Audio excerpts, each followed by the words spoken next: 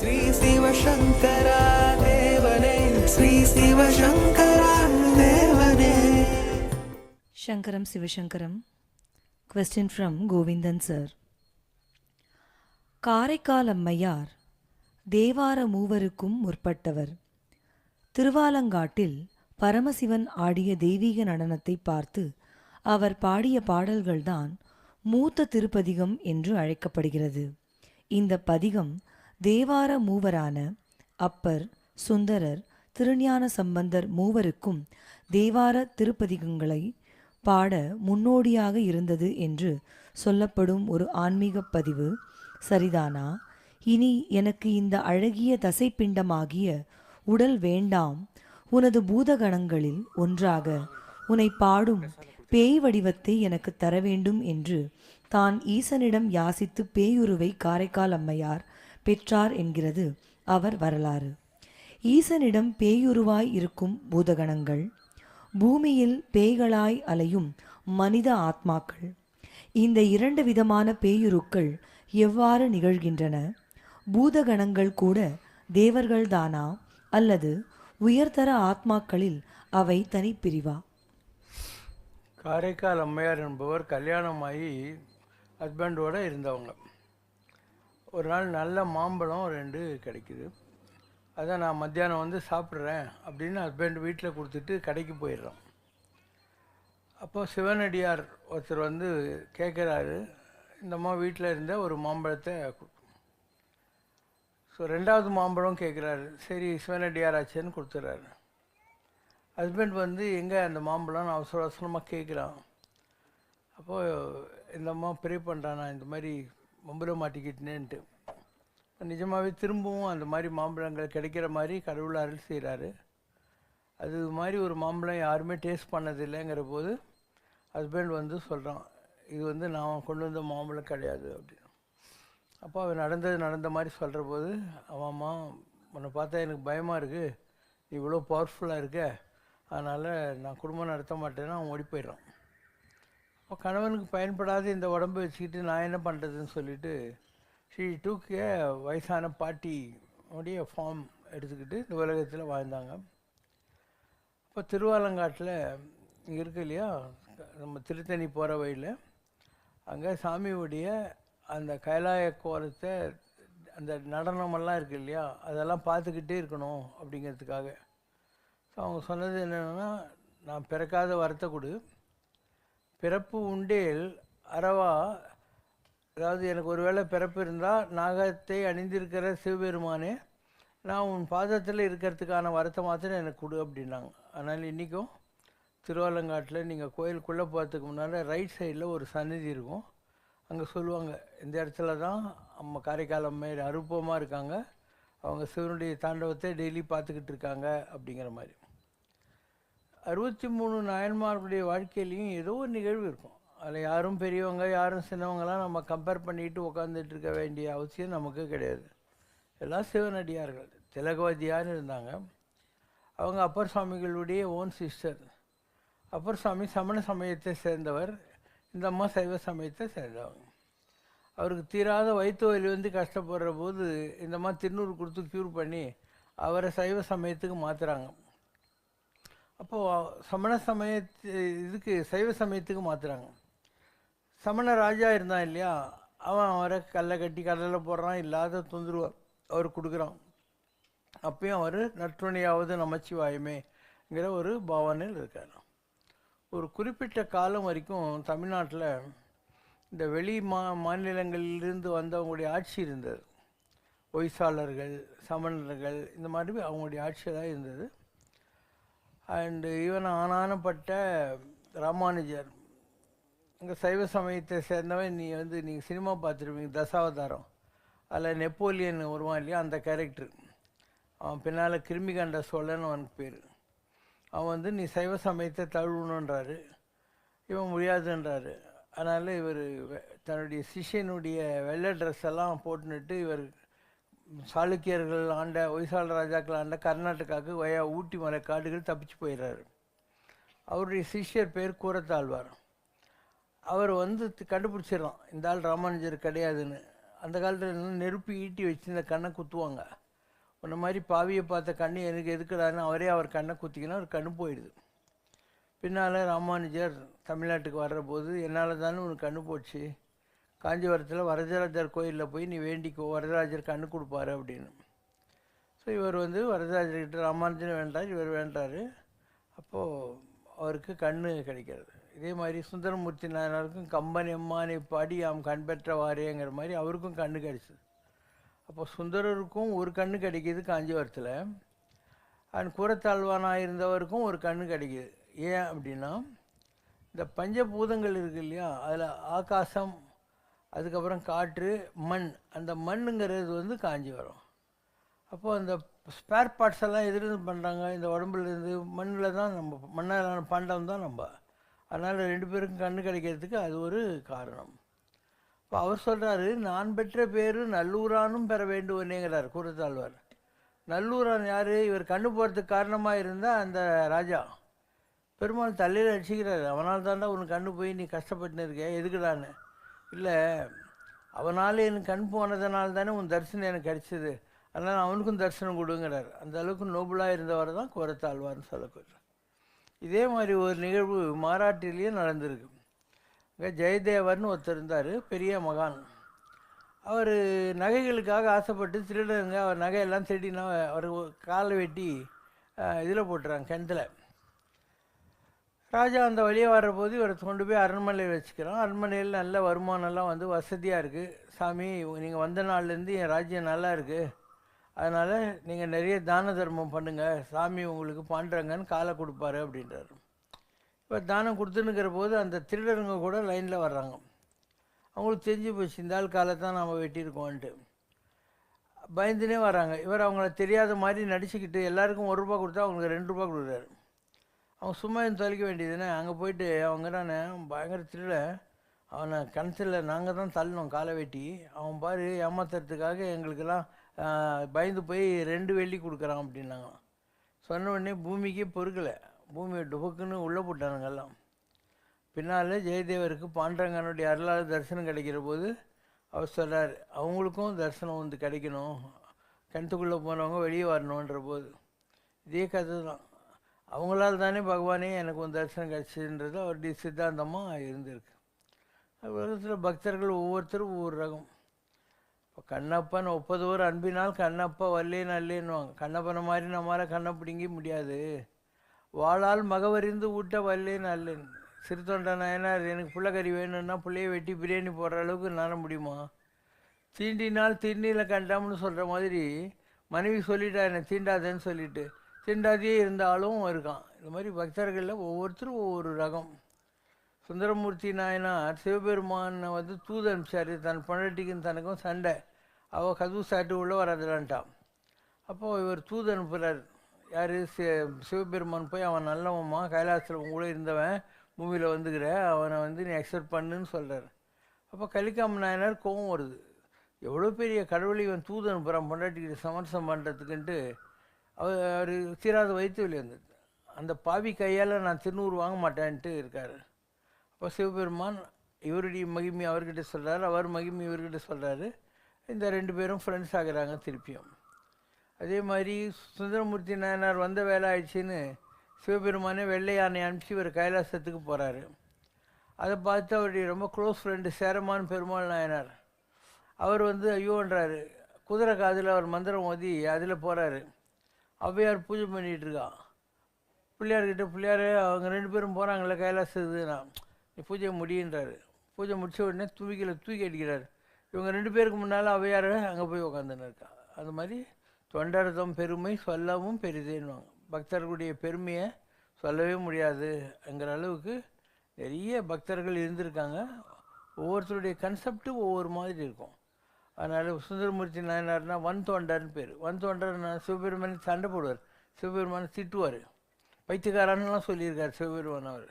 அதனால் அவர் வன் தொண்டர்னு சொல்லுவாங்க. ஆனால் கையிலை ஆரூர தோழமை, கைலாயத்தில் இருந்த சிவனுக்கும் திருவாரூரில் இருந்தவனுக்கும் இருந்த ஃப்ரெண்ட்ஷிப்பு அப்படின்வாங்க. திருவாரூரில் இருக்கிற சிவனுக்கு பேர் ஆரூரன், அவரை கும்பிட்டு சுந்தரமூர்த்தி நாயனாருக்கு பேர் ஆரூரர்.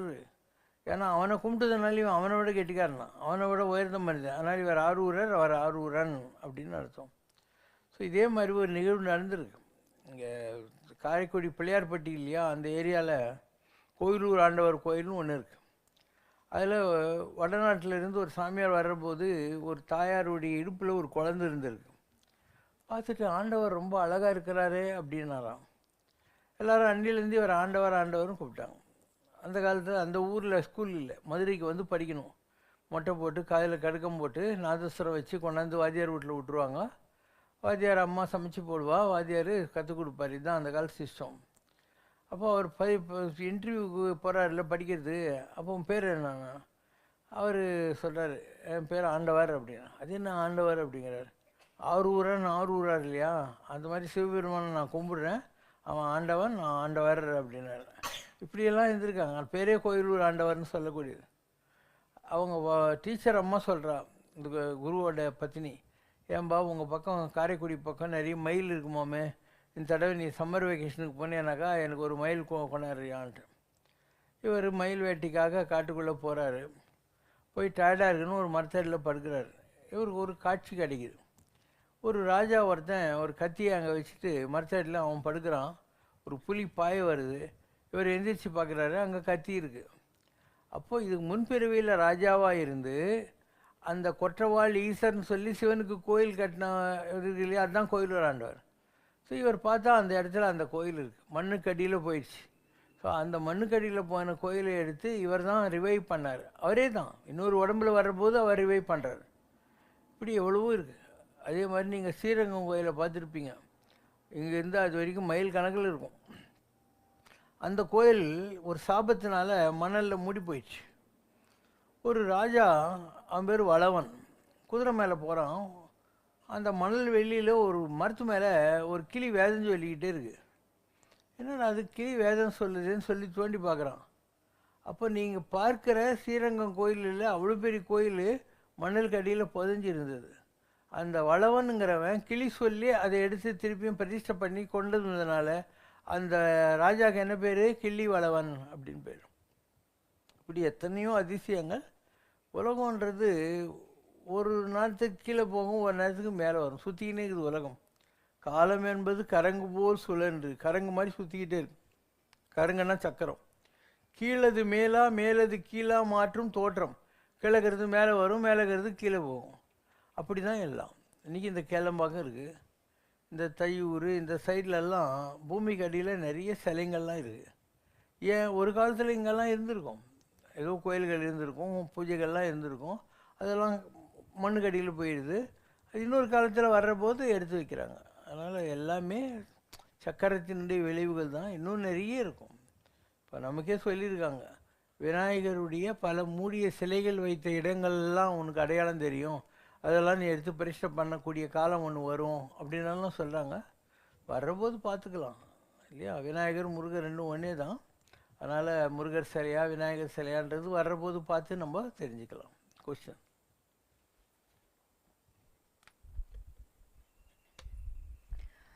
பிரம்மாவின் அகந்தையை அழிக்க பரமசிவன் பைரவர் உருக்கொண்டு பிரம்மாவின் 5வது தலையை கிள்ளி எடுத்ததால் அது சிவனின் கையில் ஒட்டிக்கொண்டது. தலை சிவனின் கரத்தில் ஒட்டிக்கொண்டதால் அதுவே முதலில் பிரம்மஹத்தி தோஷம் என்று சொல்லப்பட்டது. இந்த சிவன்தான் தனது தோஷத்தை போக்க பிக்ஷாடனராக வந்தார் என்கிறது ஒரு புராண வரலாறு.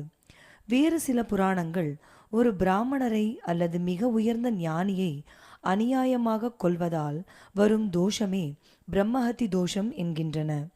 இன்றைய ஜோதிடமோ காரணமின்றி பிறருக்கு தீங்கு செய்தல், பெற்றோர் அல்லது குருவை அவமதித்தல், கோவில்களுக்கு இடையூறு செய்தல், அநியாயமாக பிற உயிர்களுக்கு துன்பம் விளைவித்தல் போன்றவற்றை பிரம்மஹத்தி தோஷம் என்கிறது. அதற்கு பரிகாரம் செய்யச் சொல்கிறது. உண்மையில் பிரம்மஹத்தி தோஷம் என்றால் என்ன? அது பரிகாரத்தால் நீங்கிவிடுமா? பிரம்மஹத்தி தோஷம் என்பது ஒரு காலத்தில் பிராமணர்களால் கண்டுபிடிக்கப்பட்டது. ஏன்னா பிராமணர்கள் மற்றவங்களை விட நாங்கள் பெரிய ஹோலியர் தேன் தவ் ஆட்டிடியூட்னு சொல்லுவாங்க. அதுக்காக பிராமணர்கள் மனசு கஷ்டப்படுற மாதிரி பண்ணிட்டா அது பிரம்மஹத்தி அப்படிங்கிற அர்த்தத்தில் அவங்க இந்த வார்த்தையை கண்டுபிடிச்சாங்க. ஆக்சுவலாக தேவர்களும் அசுரர்களும் பார்க்கடலில் கடையணும். அப்போது இவங்கெல்லாம் வீக் ஆகிட்டாங்க, தேவர்கள்லாம் வீக் ஆகிட்டாங்க, சாபம், ஒரு ரிஷியோட சாபத்தினால. அதனால் சிவபெருமான் சொல்கிறாரு, நீங்கள் அவங்க பலத்தோடு இருக்காங்க ராட்சசர்கள், அவங்களெல்லாம் கூட கூப்பிட்டுக்கோங்க, கடைஞ்சி முடிஞ்ச உடனே நம்ம அமிர்தம் கொடுக்குற போது நான் ட்ரிக்ஸ் பண்ணி உங்களுக்கு வர்ற மாதிரி பண்ணுறேன்னு. ஸோ அசுரர்களும் தேவர்களும் சேர்ந்து தான் பால் கடலில் கடையிறாங்க, அதில் அமிர்தம் வருது. அது தேவர்களுக்கெல்லாம் கொடுத்துனே வர்றபோது ஒரு அசுரர்களில் இருக்கிற 2 பேர் இங்கே வந்து உட்காந்துக்கிறாங்க பந்தியில். அவங்களுக்கு அமிர்தம் கிடைக்கக்கூடாதுன்றதுனால அவங்க கழுத்தை வெட்டிடுறார் சிவன். அந்த மாதிரி வெட்டுற போது ஒருத்தன் கேது, ஒருத்தன் ராகு ஆயிடுறான்.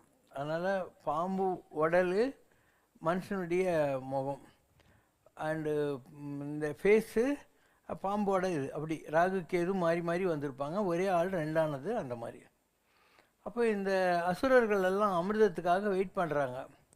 அவங்களெல்லாம் ஏமாற்றணும், அவங்களுக்கு அமிர்தம் கொடுக்கக்கூடாது, ஏன்னா அவங்களுக்கு அமிர்தம் போனால் அதனால் உலகத்துக்கு நல்லது நடக்காதுன்னு கடவுளுக்கு ஒரு எண்ணம். அதனால் ஒரு மோகினி ஆட்டம் வந்துட்டு எங்கூட வந்து மயங்கிடுறாங்க எல்லாம். அந்த விஷ்ணு மோகினி வராரு இல்லையா, அவர்கிட்ட மயங்கிடுறாங்க. இவர் அவங்களெல்லாம் போக்கு காட்டி ஏமாத்திடுறாரு. அதில் தான் இந்த ராகு கேது உருவானது வந்து. அது இந்த மாதிரி 1000 கதைகள் இருக்குது. புராணா அப்படின்னா பழசுன்னு அர்த்தம், நயா அப்படின்னா புதுசுன்னு அர்த்தம். ஸோ புராணான்றது என்னென்னா பழைய காலத்து கதைங்க அப்படின்னு அர்த்தம். இதெல்லாம் நீங்கள் சீரியஸாக எடுத்துக்க தேவையில்ல. அந்த காலத்தில் ஜனங்களுக்கு பொழுது போகாது, டிவி கிடையாது, செல்ஃபோன் கிடையாது, ஒன்றும் கிடையாது. சாயந்தரம் 6 மணி ஆச்சுனாக்கா ஜனங்கள்லாம் இந்த மாதிரி ஏதாவது ஒரு கோயிலில் வந்து உக்காந்துக்குவாங்க. கரண்ட்டு கூட கிடையாது. கோயிலில் அந்த அரிக்கன் லைட்டு எதுவும் இருக்கும் இல்லையா, அந்த வெளிச்சத்தில் ராமாயணம், மகாபாரதம், குமார சம்பவம், இந்த மாதிரி கதைகளை ராத்திரிலேருந்து வெடிகால வரைக்கும் சொல்லிக்கினே இருப்பாங்க. அதுவும் அறுவடை முடிஞ்சு போயிடுச்சு, ஒரு 4 மாதத்துக்கு விவசாயம் எல்லாம் இருக்காது. அப்போ அவங்களுக்கு எப்படி டைம் பாஸ் ஆகும்? அதனால் இந்த மாதிரி கோயிலில் வந்து உட்காந்துட்டு புராணத்தில் இவங்க சொல்கிற கதையெல்லாம் அவங்க கேட்டுன்னு இருப்பாங்க. ராத்திரிலாம் இப்படி தான் கதை கேட்டுன்னு இருந்தாங்க ஒரு காலத்தில். இப்போது டைவர்ஷன் நிறைய ஆகிப்போச்சு, செல்ஃபோன் வந்துடுச்சு. வீட்டில் குடும்பத்திலேயே 2 பேரும் ஒருத்தர் முடிஞ்சு ஒருத்தர் பார்த்துக்கிறதே இல்லை, எல்லோரும் செல்ஃபோனை தான் பார்த்துன்னு உட்காந்துருக்காங்க. ஸோ காலங்கள் மாறுகின்றன. ஸோ ஒரு ஆரம்ப நிலையில் இருந்தவங்களுக்கு டைம் பாஸ்க்காக இந்த மாதிரி கதைங்கள்லாம் சொன்னாங்க. இன்றைக்கி வந்து ஒரு அரேபியன் நைட்ஸ் கதையை நீங்கள் வந்து பார்க்க முடியுமா? இல்லை 1000 தலை வாங்கி அபூர்வ சிந்த மாதிரி விக்ரமாதித்தன் கதையெல்லாம் கேட்பியா?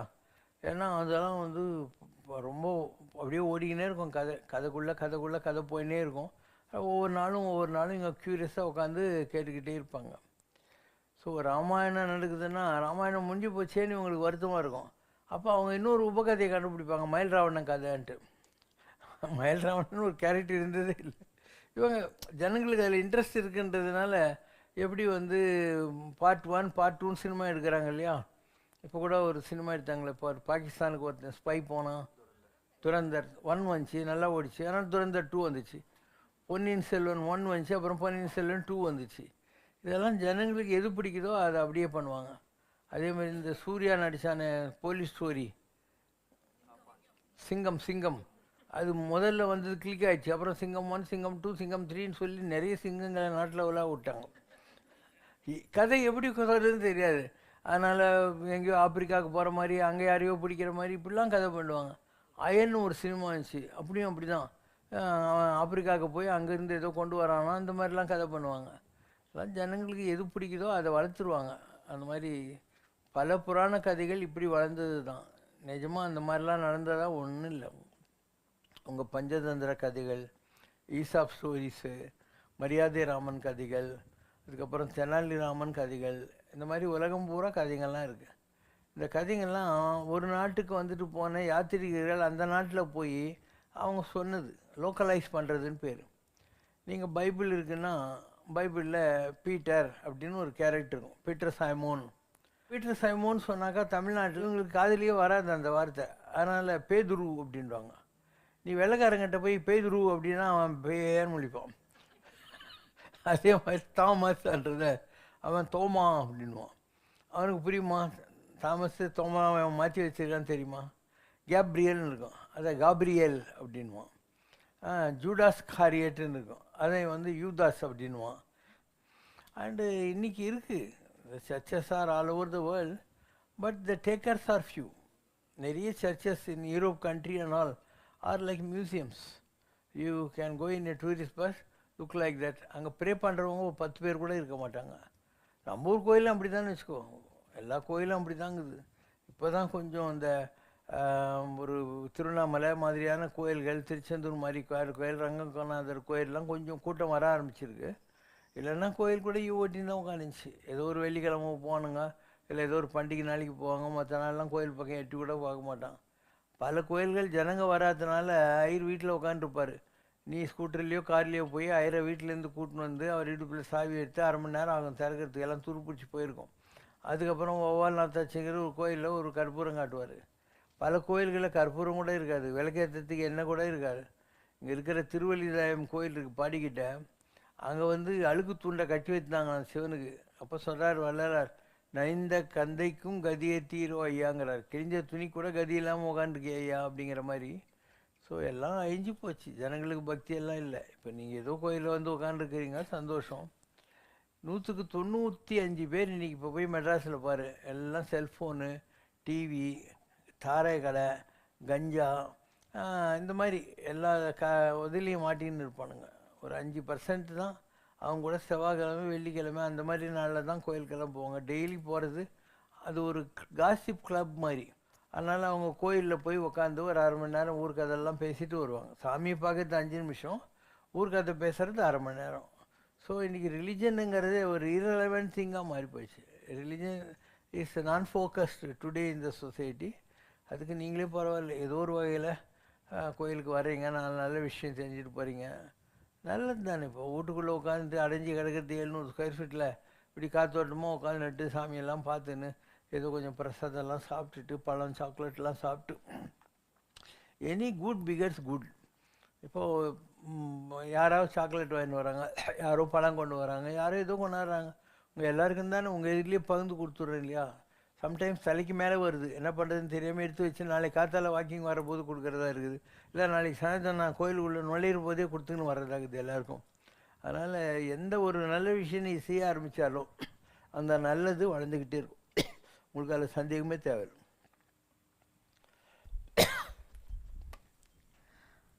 சில நேரங்களில் கூட்டத்தோடு கூட்டமாய் இறைவனை தரிசிக்கும் போது கிடைக்காத மன அமைதி, ஒரு நிமிடம் தனிமையில் இறைவனிடத்தில் மனம் விட்டு பேசும்போது கிடைக்கிறதே, அதன் காரணம் என்ன? அமைதியும் தனிமையும் தான் நாம் இறைவனோடு பேசுகிற மொழி என்றால், கோவில்களில் மந்திர உச்சாடனம், மணிச்சத்தம், மேள முழக்கங்கள், பக்தர்களின் செல்போன் அலறல் என்று இரைச்சல் மிகுந்த சூழ்நிலையில் இறை வழிபாட்டை செய்வதற்கு நமது சனாதனம் ஏன் அனுமதிக்கிறது? தனிமை கண்டது உண்டு, அதிலே சாரம் இருக்குதம்மா அப்படின்னு சொல்லி பாடியிருக்காங்க நம்ம புலவர்கள். சாலிட்யூட் இஸ் பிளிஸ் அப்படின்னு இங்கிலீஷில் அதை சொல்லியிருக்காங்க. இனிது இனிது ஏகாந்தம் இனிதுன்னு சொல்லியிருக்காங்க. ஸோ நார்மலாக ஒரு ரெஸ்ட்லெஸ்ஸாக இருக்கிறவனுக்கு கூட்டத்தை பார்த்தா கோவம் தான் வரும்.